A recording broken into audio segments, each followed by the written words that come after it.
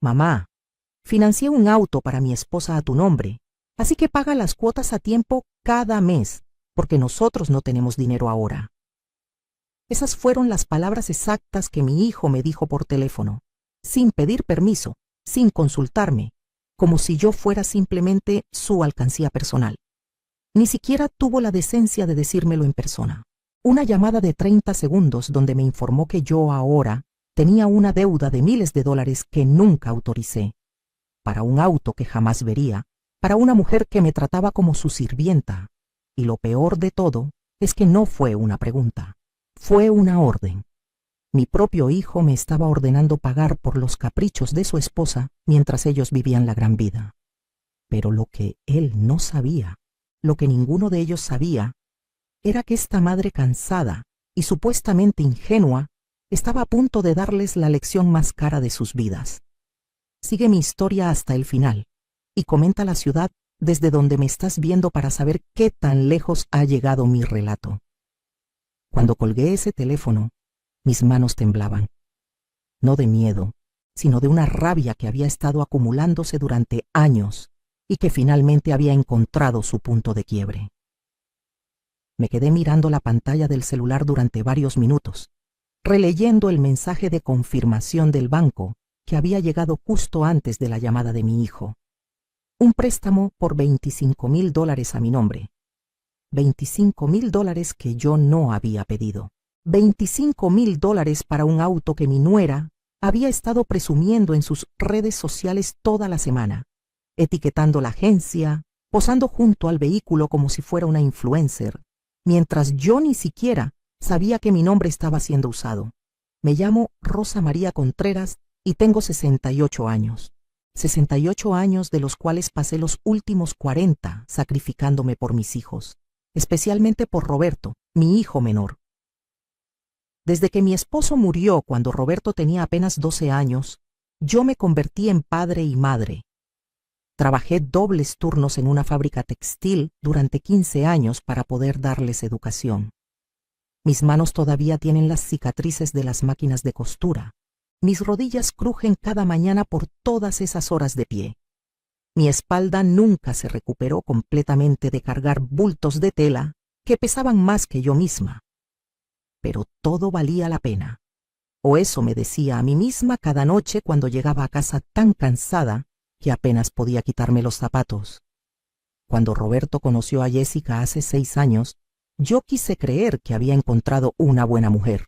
Quise creer que finalmente mi hijo tendría a alguien que lo cuidara como yo lo había cuidado toda su vida.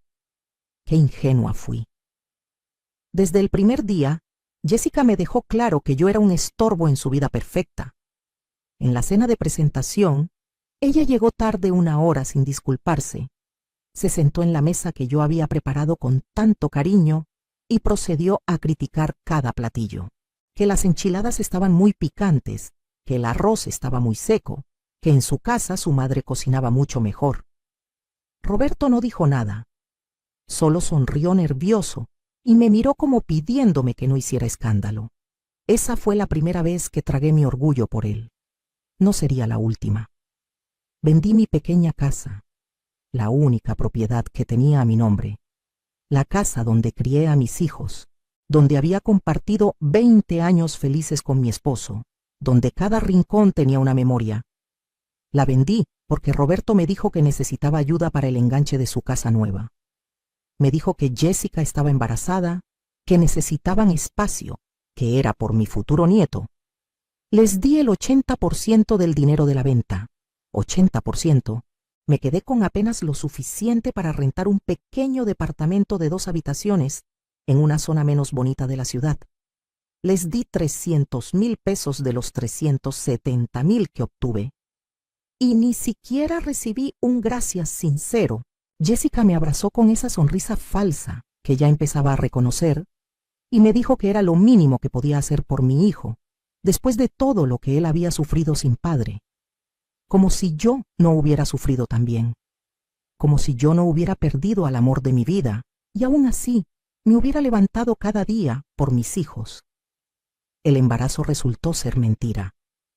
3 meses después de comprar la casa, Jessica confesó entre risas en una reunión familiar que nunca estuvo embarazada, que solo lo había dicho para convencer a Roberto de comprar la casa más grande. Todos rieron. Yo me quedé helada, con mi taza de café a medio camino hacia mis labios. Había vendido la casa de mis recuerdos por una mentira. Pero cuando busqué los ojos de Roberto, esperando ver aunque sea un poco de vergüenza o incomodidad, él solo se encogió de hombros y me dijo que de todas formas ya tenían la casa y que algún día sí tendrían hijos. Tragué saliva y seguí tomando mi café como si nada. Ya me estaba acostumbrando a tragar veneno con una sonrisa. Pero mi sacrificio no terminó ahí. Nunca terminaba. Después vino el negocio de Roberto. Necesitaba capital para abrir una tienda de repuestos de autos. Era su sueño, me dijo. Su oportunidad de ser alguien en la vida.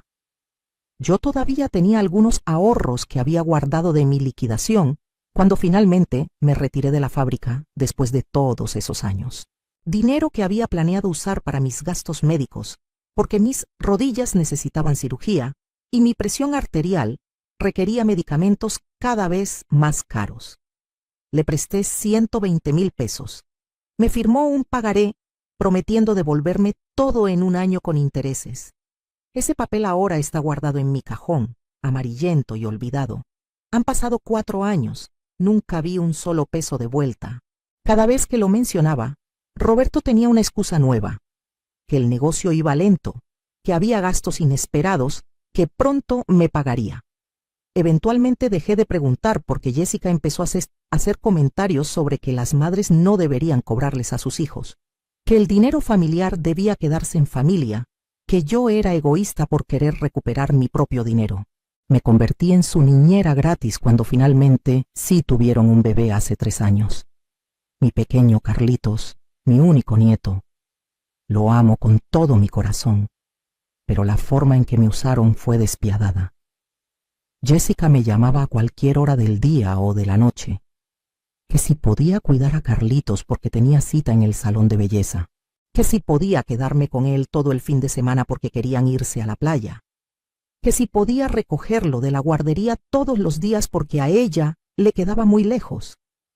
Nunca era una pregunta realmente, era una expectativa. Y si yo me atrevía a decir que estaba cansada o que tenía mis propios planes, Jessica suspiraba dramáticamente y le decía a Roberto que su madre no quería ayudarlos, que estaba siendo difícil, que qué clase de abuela rechazaba pasar tiempo con su nieto. Roberto me llamaba después con ese tono de decepción que me partía el corazón. Entonces yo cancelaba lo que tuviera que cancelar y llegaba a su casa a cuidar a Carlitos. No me malentiendan, cuidar a mi nieto era un placer, pero lo hacía en condiciones humillantes. Jessica nunca dejaba comida preparada para él. Yo tenía que comprar los ingredientes con mi propia pensión y cocinarle. No me daba dinero para sus pañales o su leche. Yo los compraba. Una vez llegué a su casa y no había ni papel higiénico. La casa estaba siempre desordenada, como si un huracán hubiera pasado por ella. Jessica esperaba que yo no solo cuidara a Carlitos, sino que limpiara toda su casa. Lavaba montañas de ropa, trapeaba pisos, lavaba baños. Todo mientras cuidaba a un bebé activo. Llegaba a mi departamento tan exhausta que me dolía hasta respirar. Mis amigas me decían que pusiera límites, que dijera que no, que me estaban usando. Pero cada vez que pensaba en hacerlo, veía la carita de Carlitos y mi resolución se derretía. Además, Roberto siempre sabía exactamente qué decir para hacerme sentir culpable. Me recordaba todo lo que él había pasado sin padre. Me decía que las familias se apoyan mutuamente. Me hacía sentir que ser una buena madre significaba sacrificarlo todo, siempre, sin esperar nada a cambio. El colmo llegó cuando empezaron a pedirme dinero prestado cada mes para sus gastos. No eran cantidades pequeñas, 2,000 pesos aquí, 3,000 allá. Para la luz, para el gas, para el supermercado. Siempre con promesas de devolverlo la siguiente quincena. Nunca lo devolvían. Mi pensión de la fábrica es de apenas 6,000 pesos al mes. Después de mi renta de 3,500 pesos, me quedaban 2,500 para todo lo demás. comida, medicinas, transporte, servicios, y aún así, cuando Roberto me pedía dinero, yo encontraba la forma de dárselo. Comía menos, compraba las medicinas más baratas, caminaba en lugar de tomar el camión. Me volví experta en estirar cada peso hasta que no daba más. Había semanas en que mi cena era solo frijoles con tortillas.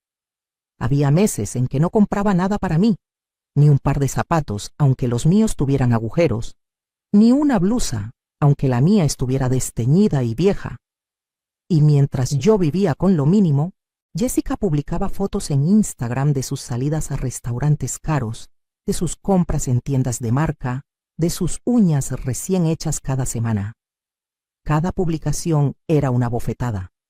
Pero lo que más me dolía era ver a Roberto en esas fotos, sonriente, feliz, regalándole a Jessica todo lo que nunca me había dado a mí, ni siquiera en reconocimiento. Ni un ramo de flores en el Día de las Madres, ni una llamada en mi cumpleaños, a menos que yo llamara primero, ni una invitación a cenar que no viniera con la expectativa de que yo cuidaría a Carlitos mientras ellos disfrutaban. Me había convertido en invisible excepto cuando me necesitaban. Entonces llegó esa llamada que lo cambió todo. Esa llamada donde Roberto me informó casualmente que había financiado un auto a mi nombre, un auto que costaba $25,000. Las cuotas mensuales eran de $600, casi 12,000 pesos mexicanos. Mi pensión completa, entera, no cubría ni la mitad de una sola cuota. Y él me lo estaba diciendo como si me hubiera hecho un favor, como si debiera estar agradecida de que hubieran pensado en mí para arruinar mi crédito y hundirme en deudas que nunca podría pagar. Le pregunté cómo había podido hacer eso sin mi firma. Se rió. Me dijo que tenía copias de mi identificación, de cuando le presté dinero para su negocio, que tenía acceso a toda mi información porque yo se la había dado confiadamente años atrás para que me ayudara con unos trámites bancarios. Usó mi confianza de madre para cometer fraude. Mi propio hijo. Le dije que no podía pagar esas cuotas, que mi pensión apenas me alcanzaba para vivir. Roberto suspiró con impaciencia, como si yo estuviera siendo dramática. Me dijo que buscara la manera, que consiguiera un trabajo, que pidiera prestado. Cuando le dije que tengo 68 años y que nadie me contrataría, se molestó. Me dijo que su suegra tenía 70 años y todavía trabajaba limpiando casas, que yo era floja, que siempre ponía excusas. Floja. Me llamó floja. A mí, que trabajé hasta que mi cuerpo ya no pudo más para darle todo. Me quedé sin palabras. Jessica gritaba algo en el fondo, probablemente instrucciones de qué más decirme. Entonces Roberto soltó la bomba final. Me dijo que si no pagaba las cuotas, ellos perderían el auto y eso afectaría su calidad de vida. Y si eso pasaba, yo no podría ver más a Carlitos. Me estaba chantajeando con mi propio nieto. Después de esa llamada, me senté en mi pequeña sala y lloré. Lloré como no había llorado desde que enterré a mi esposo. Lloré por todos los años de sacrificio. Lloré por cada humillación que había tragado en silencio. Lloré por la ingenuidad de pensar que el amor de madre sería correspondido aunque sea con respeto básico. Lloré hasta que no me quedaron más lágrimas. Y entonces, algo cambió dentro de mí. La tristeza se transformó en algo frío y claro, una determinación que nunca antes había sentido. Llevaba décadas siendo la víctima perfecta, la madre abnegada que todo lo permitía. Pero esa versión de Rosa María había muerto en ese momento. La mujer que se levantó de ese sillón era diferente, porque Roberto y Jessica habían cometido un error de cálculo monumental. Ellos creían que me conocían, creían que sabían exactamente quién era yo y qué tenía. Pero había partes de mi vida, de mi historia, que nunca les había contado. Secretos que guardaba no por malicia, sino simplemente porque nunca preguntaron. Nunca les interesó saber realmente quién era yo más allá de ser la madre conveniente que resolvía sus problemas. Y esa ignorancia estaba a punto de costarles muy caro. Me sequé las lágrimas, fui a mi habitación y saqué de mi closet una caja vieja de zapatos que tenía guardada hasta el fondo. Dentro había documentos que no había mirado en años. Documentos que iban a cambiar absolutamente todo. Verán, hay algo que mis hijos nunca supieron sobre su padre. Mi esposo, en paz descanse, no era solo el hombre trabajador y humilde que ellos recordaban. Durante los últimos 5 años de su vida, antes de que la diabetes se lo llevara, él había hecho una inversión inteligente. Compró un terreno pequeño en las afueras de la ciudad con sus ahorros. Un terreno que en ese momento no valía mucho, estaba en medio de la nada. Me hizo prometer que nunca lo vendería, que lo guardara para cuando realmente lo necesitáramos. Cuando él murió, yo estaba tan hundida en el dolor y en las deudas de su funeral que olvidé ese terreno por completo. Los documentos quedaron guardados en esa caja y la vida siguió adelante.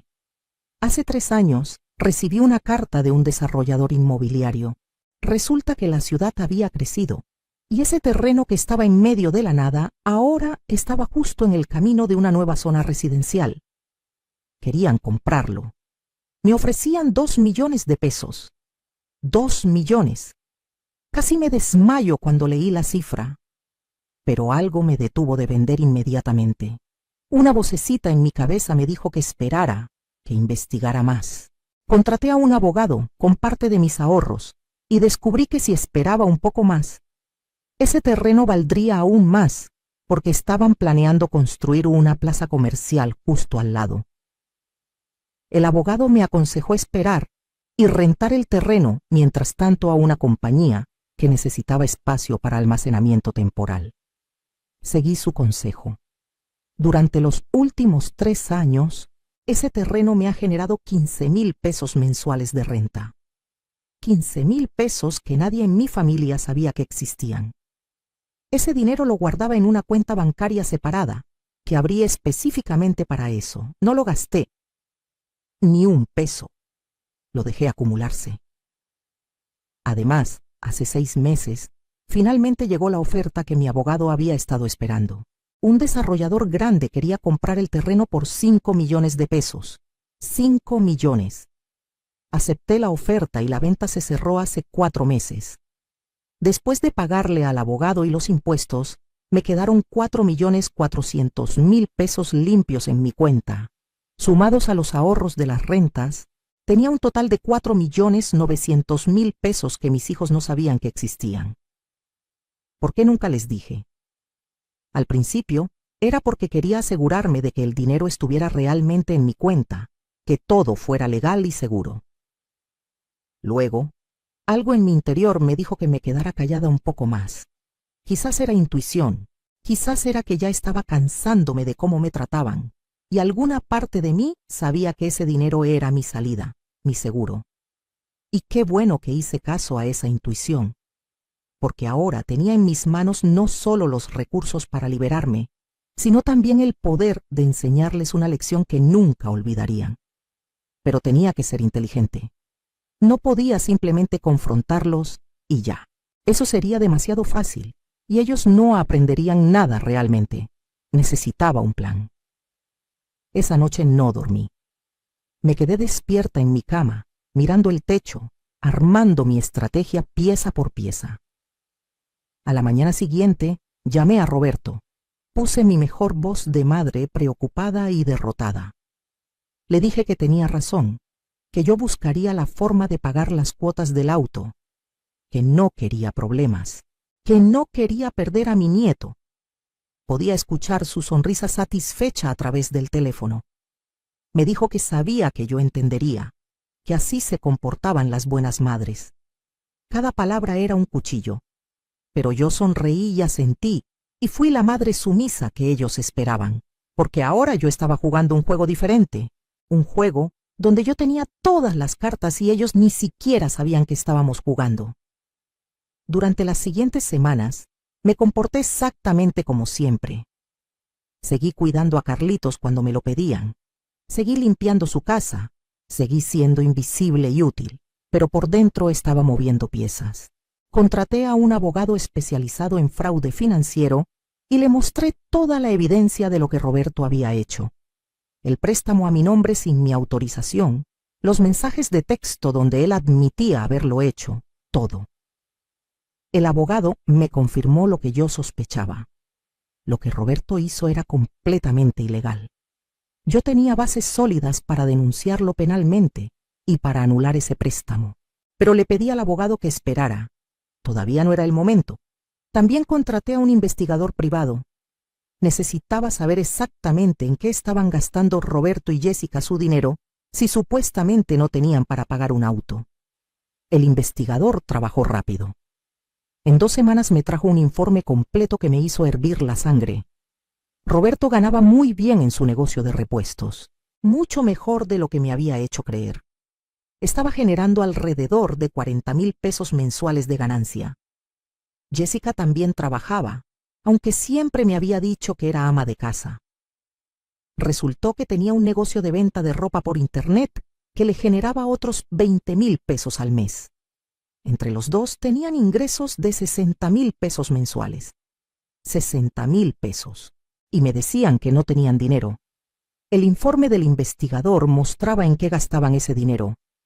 Salidas a restaurantes caros 3 veces por semana. Ropa de marca comprada constantemente. Un gimnasio exclusivo donde ambos tenían membresía de 3,000 pesos mensuales cada uno. Viajes a la playa cada 2 meses. Jessica se hacía tratamientos faciales de 2,000 pesos cada semana. Roberto acababa de comprarse un reloj de 15,000 pesos. Tenían dinero de sobra. Simplemente preferían gastarlo en ellos y usar a la vieja tonta de su madre para cubrir los gastos que ellos no querían pagar. Cada página de ese informe alimentaba el fuego frío que crecía dentro de mí. Pero lo que realmente me dio la munición final fue otra cosa que descubrí.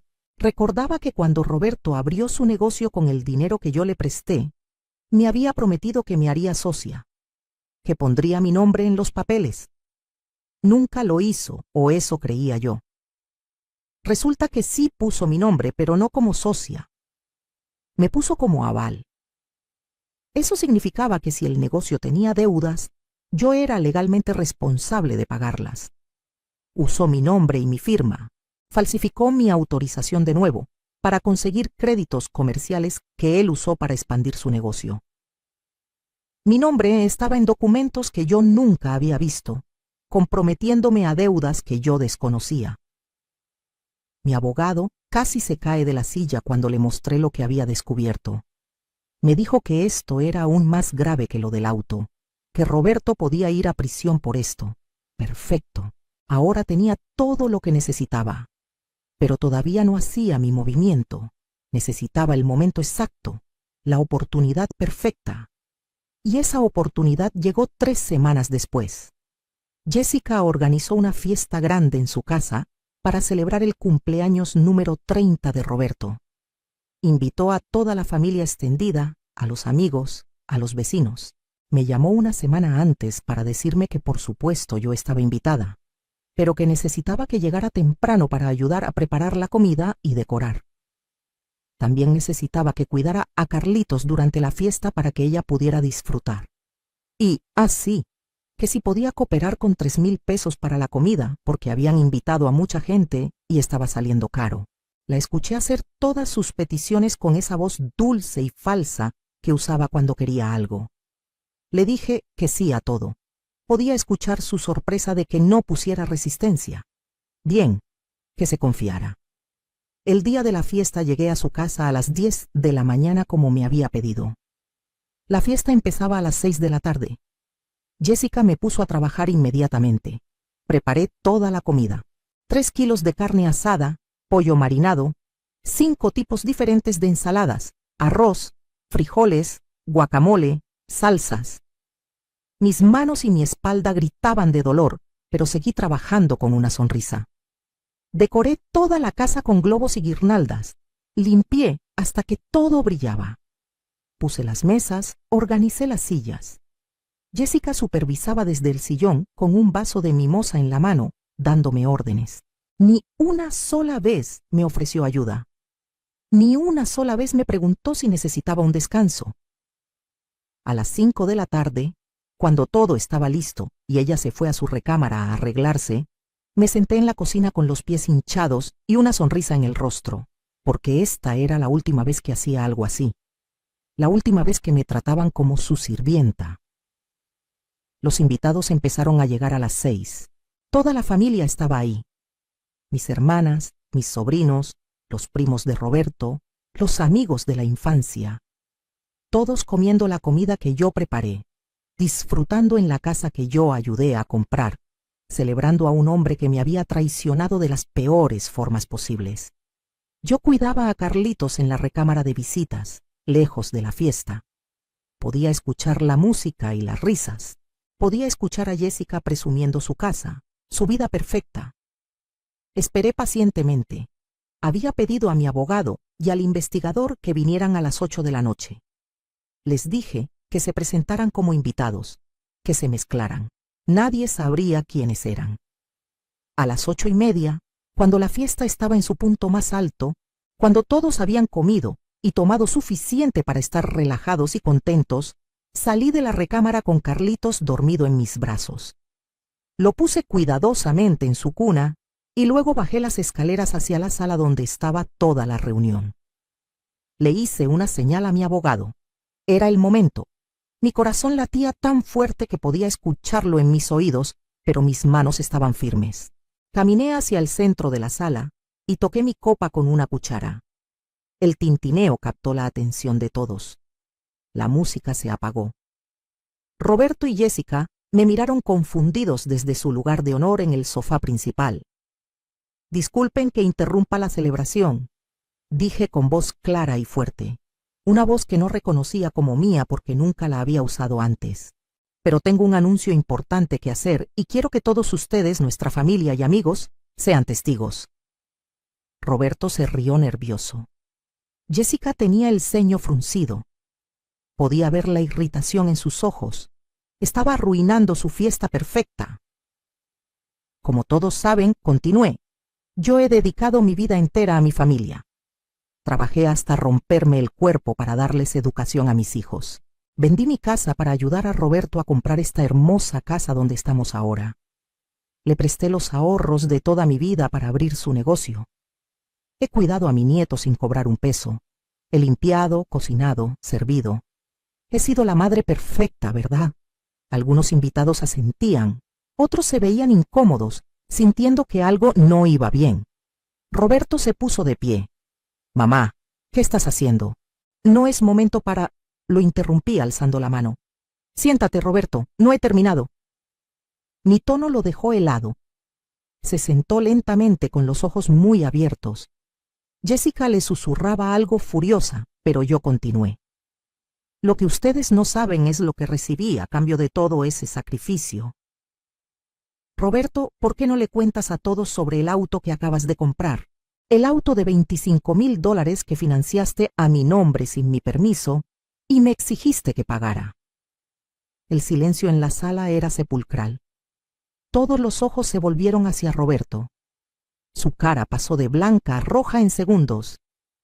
«Mamá, eso es privado. No tienes por qué». Jessica lo interrumpió poniéndose de pie con furia. «Es nuestro asunto familiar. No tienes derecho a avergonzar a tu hijo en su cumpleaños frente a todos. Eres una desagradecida.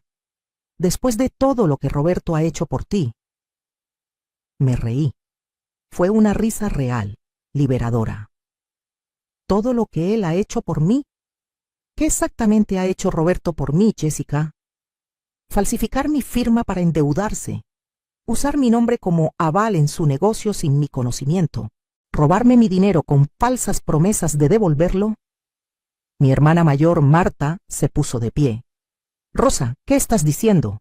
Roberto hizo eso». Roberto levantó las manos defensivamente. «No es como ella lo está pintando. Yo iba a pagarle todo. El negocio está creciendo, solo necesitaba tiempo. Y lo del auto, bueno, pensé que mamá querría ayudar». Jessica agregó rápidamente. «Exacto. Las madres ayudan a sus hijos. Es lo que se supone que deben hacer. No entiendo por qué estás haciendo este drama, Rosa. Estás comportándote como una loca». Esa palabra, loca, fue la gota que derramó el vaso. Saqué de mi bolso una carpeta gruesa. La puse sobre la mesa de centro con un golpe seco. Esta carpeta contiene todos los documentos que prueban el fraude que Roberto cometió contra mí. Contratos falsos, firmas falsificadas, préstamos no autorizados. También contiene un informe financiero completo que muestra que Roberto y Jessica ganan 60,000 pesos mensuales, pero me dicen que no tienen dinero, mientras gastan miles en lujos innecesarios cada mes. Abrí la carpeta y empecé a sacar documentos, mostrándoselos a los invitados más cercanos. Fotos de los estados de cuenta de Roberto, fotos de las compras excesivas de Jessica, el contrato del auto a mi nombre, todo. Roberto intentó arrebatarme los papeles, pero mi abogado, que había estado esperando este momento, se interpuso. Señor, le recomiendo que no toque esos documentos, son evidencia legal. Roberto lo miró confundido. ¿Quién diablos eres tú? El abogado sacó su tarjeta. Soy el abogado de tu madre, y te informo que ella tiene bases legales sólidas para denunciarte penalmente por fraude, falsificación de documentos y robo de identidad. La sala explotó. Todos hablaban al mismo tiempo. Mis hermanas me miraban con los ojos muy abiertos. Los amigos de Roberto se alejaban lentamente de él como si fuera contagioso. Jessica gritaba que esto era una mentira, que yo estaba inventando todo porque estaba celosa de su felicidad. Pero yo no había terminado. «Hay más», dije, alzando la voz sobre el caos. De nuevo se hizo silencio. «Durante años ustedes asumieron que yo era una vieja pobre que dependía de su caridad. Asumieron que no tenía nada más que mi pensión miserable. Y yo los dejé creer eso. Pero la verdad es muy diferente». Saqué otro documento de mi bolso, los papeles de la venta del terreno. Hace 4 meses vendí un terreno que mi esposo, en paz descanse, compró hace muchos años. Un terreno que ustedes ni siquiera sabían que existía. Lo vendí por 5 millones de pesos. Podía ver las caras de shock alrededor de la sala. Roberto se quedó con la boca abierta. Jessica parecía a punto de desmayarse. 5 millones de pesos que tengo seguros en mi cuenta bancaria. 5 millones de pesos que nunca verán, ni un centavo. Además que, continué, disfrutando cada segundo de esto. Ese terreno me generó rentas durante 3 años por 15,000 pesos mensuales. Dinero que ahorré completamente. Todo este tiempo mientras ustedes me pedían prestados 2,000 pesos aquí y 3,000 allá, mientras me hacían sentir que era una carga, mientras me exigían que pagara por sus caprichos, yo tenía más dinero que ustedes, mucho más. Pero preferí quedarme callada y ver hasta dónde llegaba su abuso. Y ahora sé exactamente de lo que son capaces. Roberto encontró su voz finalmente. Sonaba desesperada, rota. «Mamá, espera. Si tienes ese dinero, entonces puedes ayudarnos. Podemos pagar el auto juntos. Podemos invertir en el negocio, podemos». Me reí de nuevo. ¿Ayudarlos? Roberto, ya te ayudé. Te ayudé toda tu vida. Te di todo lo que tenía y más. Y tú me pagaste con traición y abuso. Esos días se acabaron. Me volteé hacia mi abogado. «Por favor, procede con lo que discutimos». El abogado asintió y sacó más papeles de su maletín. «Señor Roberto Contreras, aquí tengo una demanda civil por la recuperación de todos los préstamos no pagados a su madre, con intereses acumulados. El total asciende a 340,000 pesos. También tengo una denuncia penal lista para presentarse mañana por la mañana ante el Ministerio Público por los delitos de fraude y falsificación de documentos. Y finalmente, tengo una solicitud para anular el préstamo del automóvil que fue obtenido fraudulentamente a nombre de la señora Rosa María Contreras». Jessica gritó. Literalmente gritó como niña pequeña haciendo berrinche. «No pueden hacer esto. Es su hijo. Las madres no demandan a sus hijos. Esto es monstruoso». Me acerqué a ella, mirándola directamente a los ojos. «¿Sabes qué es monstruoso, Jessica? Usar y abusar de una mujer de 68 años que lo único que hizo fue amar demasiado. Eso es monstruoso. Robarle su tranquilidad, su dinero, su dignidad. Eso es monstruoso. Yo solo estoy recuperando lo que es mío. Me volví hacia Roberto.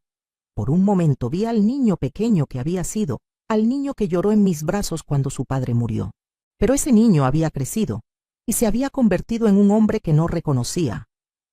Un hombre que me veía como un recurso a explotar en lugar de una madre a respetar. Tenías una madre que hubiera dado la vida por ti, le dije suavemente. Tenías una madre que trabajó hasta quebrarse para darte oportunidades. Tenías una madre que te amaba incondicionalmente y la desperdiciaste. La usaste, la traicionaste y ahora pagarás las consecuencias de esas decisiones. Roberto tenía lágrimas en los ojos. No sé si eran de arrepentimiento o solo miedo a las consecuencias legales. Honestamente, ya no me importaba. Pero mamá, balbuceó, soy tu hijo. No puedes hacerme esto. La familia no se trata así. Lo miré fijamente. Tienes razón. La familia no se trata así. Deberías haberlo recordado antes de tratarme como lo hiciste. Mi hermana Marta se acercó, puso su mano en mi hombro. Rosa, estoy orgullosa de ti. Debiste hacer esto hace años. Otros familiares empezaron a acercarse, ofreciendo su apoyo, disculpándose por no haber visto lo que estaba pasando. Roberto y Jessica se quedaron solos en su sofá, rodeados de los restos de su fiesta arruinada, mientras todos los demás se agrupaban a mi alrededor. El investigador privado, que también había estado mezclado entre los invitados, se acercó y me entregó un sobre. Los documentos adicionales que pidió, señora. Todo está en orden. Saqué los papeles del sobre. Era una demanda de desalojo. Verán, cuando investigué más a fondo la casa que Roberto compró con mi dinero, descubrí algo interesante.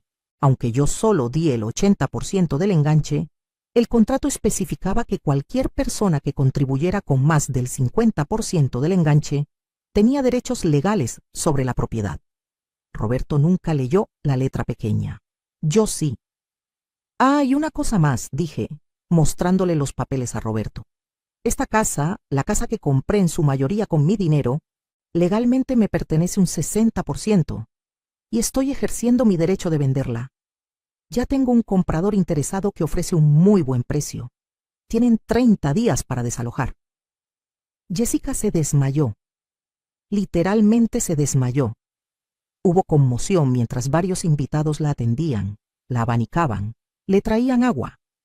Roberto me miraba como si fuera un monstruo salido de sus pesadillas. No puedes dejarnos sin casa. Tenemos un hijo, tu nieto. ¿Qué va a pasar con Carlitos? Esa pregunta me dolió, porque yo amaba a Carlitos con todo mi corazón. Pero ya había pensado en eso también. Carlitos estará bien. Ustedes ganan 60,000 pesos al mes. Pueden rentar un lugar perfectamente adecuado con esos ingresos. De hecho, probablemente deberían empezar a buscar pronto porque el reloj está corriendo.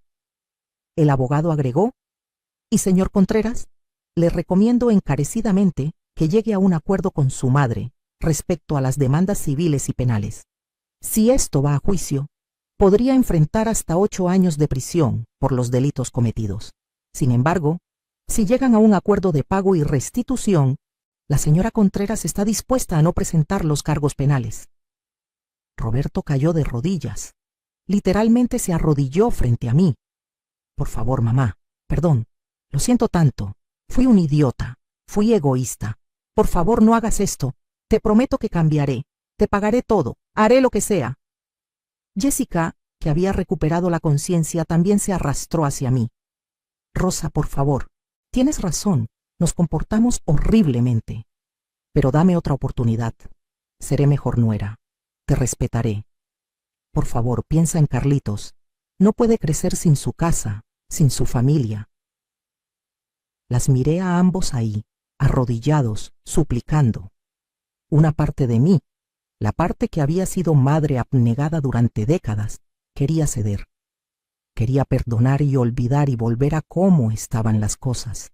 Pero esa parte era la parte que me había metido en este problema en primer lugar. La nueva Rosa María, la Rosa María que finalmente había encontrado su voz y su valor, sabía que ceder ahora sería traicionarme a mí misma. Se acabó, dije firmemente. Voy a proceder con todo. La demanda civil, la venta de la casa, todo. Pero les voy a dar una oportunidad que ustedes nunca me dieron a mí, la oportunidad de aprender y crecer. Tienen 30 días para encontrar un nuevo lugar. Tienen 6 meses para pagarme los 340,000 pesos que me deben, con un plan de pagos razonable que mi abogado les presentará. Si cumplen con esos pagos puntualmente, no presentaré los cargos penales. Pero si se atrasan aunque sea un día, o si intentan cualquier otro engaño, los meteré a la cárcel sin pensarlo 2 veces. Y respecto a Carlitos, podré verlo cuando yo quiera, bajo mis términos, no los de ustedes. Estas son mis condiciones. Tómenlas o déjenlas. Roberto aceptó inmediatamente, asintiendo desesperadamente. Jessica también, aunque podía ver el odio en sus ojos. No me importaba.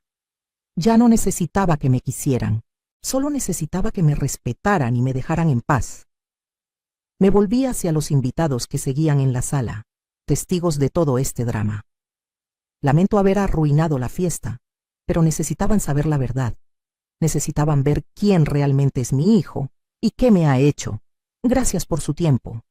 Tomé mi bolso y caminé hacia la puerta. Mi hermana Marta me siguió, junto con varios otros familiares que querían asegurarse de que estuviera bien. Atrás dejé a Roberto y Jessica en los restos de su fiesta destruida, rodeados de decoraciones festivas que ahora parecían crueles burlas de la celebración que había sido. Los siguientes 30 días fueron un torbellino. Roberto y Jessica encontraron un departamento para rentar, mucho más modesto que su casa, en un barrio menos exclusivo. Los ayudé a empacar, no por ellos, sino por Carlitos. No quería que mi nieto sufriera más de lo necesario por los errores de sus padres. Durante el proceso de mudanza, Jessica apenas me hablaba. Roberto intentaba de vez en cuando iniciar conversaciones, tratando de reconstruir algo de nuestra relación, pero todo se sentía forzado y falso. La confianza estaba rota, quizás para siempre. La casa se vendió rápidamente. Mi 60% de la venta me dio otros 800,000 pesos. Roberto recibió su 40%, que usó para pagar deudas que yo ni siquiera sabía que tenía. Empezaron a pagarme los 340,000 pesos en cuotas mensuales de 15,000 pesos. Era un sacrificio para ellos, podía verlo. Tuvieron que recortar drásticamente sus gastos. No más restaurantes caros, no más compras de ropa de marca, no más viajes.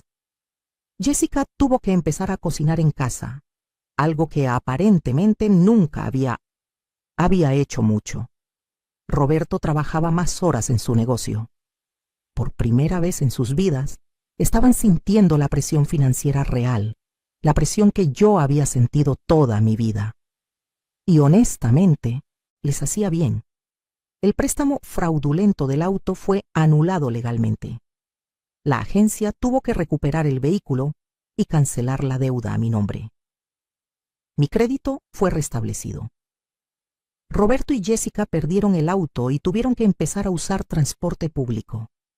Cada vez que pensaba en Jessica subiendo al camión con sus tacones caros, me daba una pequeña satisfacción.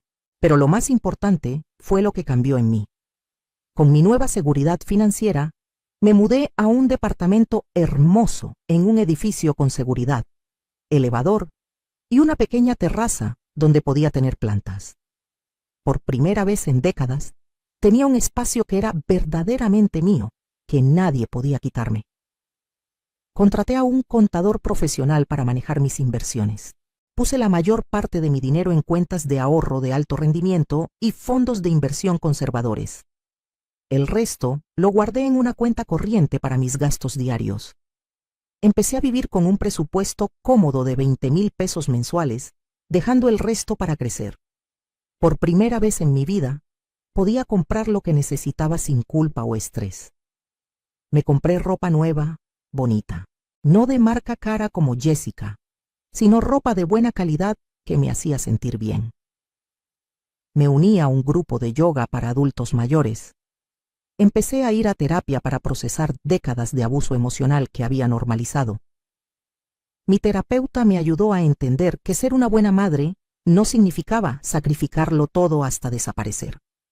Me ayudó a establecer límites saludables, algo que nunca antes había hecho. Reconecté con viejas amigas que había descuidado durante años, porque estaba siempre disponible para Roberto. Descubrí que tenía una vida más allá de ser madre y abuela. Veo a Carlitos 2 veces por semana. Roberto y Jessica me lo traen a mi departamento y lo recogen después. Durante esas visitas es solo Carlitos y yo.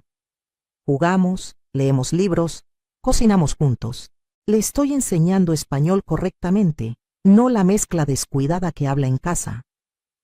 Le cuento historias sobre su abuelo, sobre la familia, sobre nuestras raíces, y más importante, le estoy mostrando con mi ejemplo que las personas, especialmente las mujeres, especialmente las abuelas, tienen valor más allá de lo que pueden dar a otros, que merecemos respeto, que merecemos amor verdadero, no amor condicional basado en nuestra utilidad. Roberto y yo tenemos una relación cordial ahora, pero distante. Nunca volvió a ser mi hijo en el sentido profundo que alguna vez fue. Quizás con tiempo y mucho trabajo podríamos reconstruir algo, pero honestamente no estoy segura de querer hacerlo. He aprendido que algunas relaciones, incluso las familiares, a veces necesitan terminar o transformarse radicalmente. Y está bien. No soy mala madre por protegerme.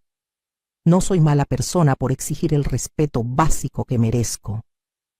Jessica y yo nunca seremos amigas. Ella todavía me culpa por destruir su vida, aunque fue su propia avaricia y crueldad lo que causó todo. A veces la veo cuando deja o recoge a Carlitos y puedo ver el resentimiento en sus ojos. Pero ya no me afecta. Su opinión sobre mí dejó de importarme el día que decidí valorarme a mí misma. La familia extendida tuvo reacciones mixtas a todo lo que pasó. Algunos, como mi hermana Marta, me apoyaron completamente y me dijeron que debía haberlo hecho años antes. Otros pensaron que fui demasiado dura, que las familias deben perdonar siempre, que lavé la ropa sucia en público innecesariamente. Pero incluso esas voces críticas se callaron cuando les mostré toda la evidencia de lo que me habían hecho.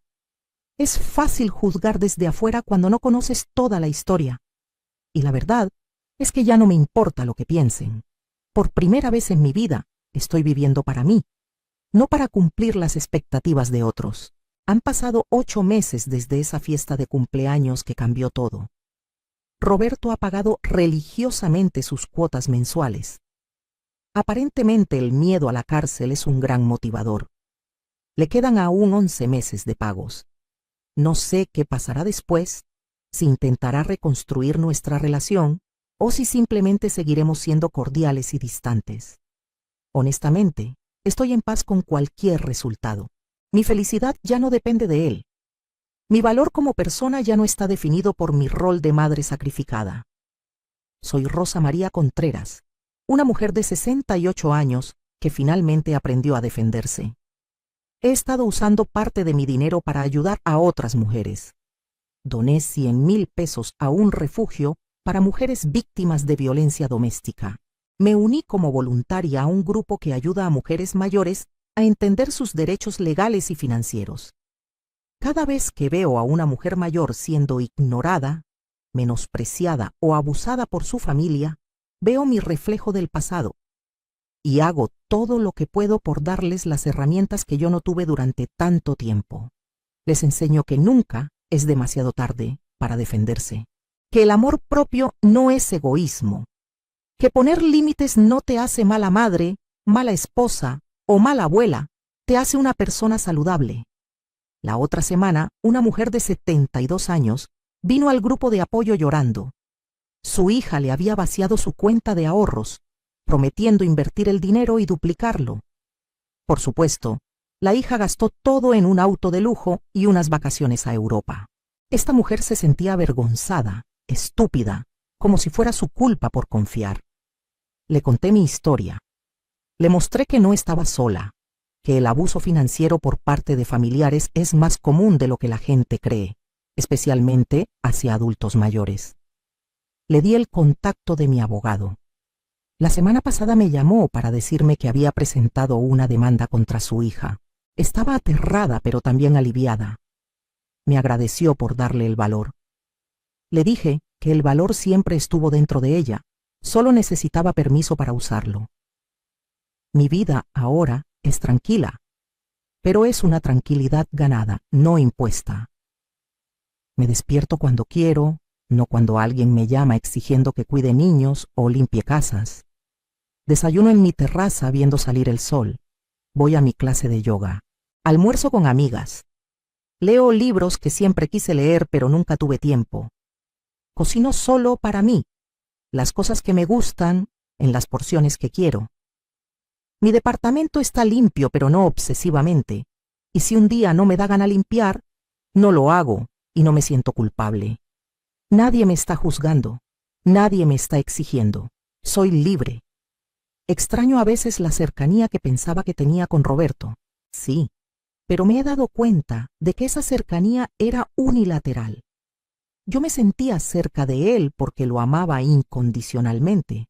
Él nunca sintió esa cercanía porque para él yo era una herramienta, un recurso. Y no puedes extrañar algo que nunca realmente existió de la forma que creías. Es como extrañar un espejismo. Me arrepiento de cómo manejé todo. A veces me pregunto si pude haber sido menos dramática, si pude haber confrontado a Roberto en privado en lugar de en su fiesta de cumpleaños frente a toda la familia. Pero entonces recuerdo todas las veces que traté de hablar con él en privado, todas las veces que intenté suavemente establecer límites y fui ignorada o manipulada. A veces lo dramático es necesario. A veces necesitas hacer ruido para que te escuchen cuando ignoraron tus susurros durante décadas. He aprendido tanto en estos meses. He aprendido que el perdón no significa olvidar o permitir que el abuso continúe. Puedes perdonar a alguien por tu propia paz mental, mientras simultáneamente te proteges de futuras heridas. He aprendido que la familia no es solo sangre. Mi hermana Marta, mis amigas del grupo de yoga, las mujeres del grupo de apoyo, ellas son mi familia ahora tanto o más que Roberto. He aprendido que nunca es demasiado tarde para cambiar tu vida. A los 68 años, cuando muchas personas piensan que sus vidas ya están definidas, yo estoy empezando de nuevo. Y es aterrador y emocionante, y liberador todo al mismo tiempo. También he aprendido sobre mí misma. He aprendido que soy más fuerte de lo que pensaba. Durante años me vi como una víctima, como alguien a quien le pasaban cosas. Pero la verdad es que tenía poder todo el tiempo. Tenía el poder de decir que no. Tenía el poder de establecer límites. Tenía el poder de alejarme de situaciones tóxicas. Solo que había sido condicionada toda mi vida a creer que usar ese poder me hacía mala persona, mala madre. La sociedad nos enseña que las madres deben sacrificarlo todo, que nuestro valor está en cuánto podemos dar, cuánto podemos aguantar. Es una mentira. Es una mentira cruel que nos mantiene encadenadas a relaciones abusivas bajo el disfraz del amor. Si pudiera hablar con la Rosa María de hace un año, la que lloraba sola en su departamento después de esa llamada telefónica de Roberto, le diría que se avecinan tiempos difíciles, pero también liberadores. Le diría que encontrará una fortaleza dentro de sí misma que no sabía que existía. Le diría que está bien poner sus necesidades primero por una vez en la vida. Le diría que el amor verdadero, ya sea de hijos, pareja o familia, no te deja vacía y agotada. El amor verdadero te llena, te apoya, te respeta. Y cualquier cosa menos que eso no merece llamarse amor, sin importar cuánto lo justifiquemos con etiquetas familiares. ¿Qué harías tú en mi lugar? ¿Aguantarías años de abuso y explotación por el ideal del amor maternal incondicional? ¿O te defenderías como yo finalmente lo hice? Comenta abajo tu opinión. Y si estás pasando por algo similar, si sientes que tu familia te está usando, te está faltando al respeto, escúchame, no estás sola. Tienes opciones, tienes poder, tienes derecho a una vida digna sin importar tu edad. No es egoísmo cuidar de ti misma, es supervivencia, es respeto propio, es amor propio. Y ese es el tipo de amor más importante de todos. Mi historia no tiene un final de cuento de hadas donde la familia se reconcilia completamente y todos aprenden sus lecciones y vivimos felices para siempre. La vida real rara vez funciona así, pero tiene un final donde yo, Rosa María Contreras, finalmente me pongo primera en mi propia vida, donde camino con la cabeza en alto sabiendo que me defendí, donde duermo tranquila sin deudas que no autoricé, sin exigencias que no puedo cumplir, sin culpa que no merezco. Y eso, para mí, es mucho mejor que cualquier cuento de hadas, porque es real, es mío y nadie puede quitármelo.